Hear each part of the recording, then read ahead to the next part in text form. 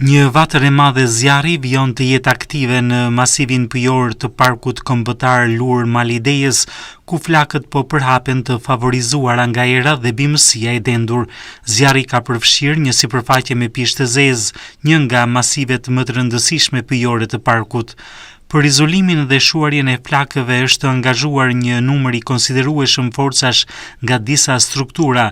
Në terren ndodhen 13 efektiv zjarrfikës, 7 punonjës të njësisë administrative Lur, 4 punonjës të emergjencave civile të bashkisë Dibër, 14 punonjës të drejtorisë së bujqësisë, 8 punonjës të administratës së zonave të mbrojtura dhe rreth 20 vullnetar.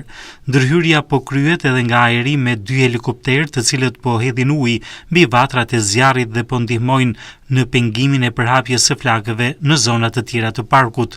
Autoritetet dhe forcat në terren po punojnë me intensitet për izolimin e flakëve, ndërsa kushtet e motit dhe terreni i vështirë malore bëjnë operacionin teje të vështirë. Banorët nga ana e tyre kërkojnë angazhim maksimal të strukturave për mbrojtjen e pyjeve të parkut.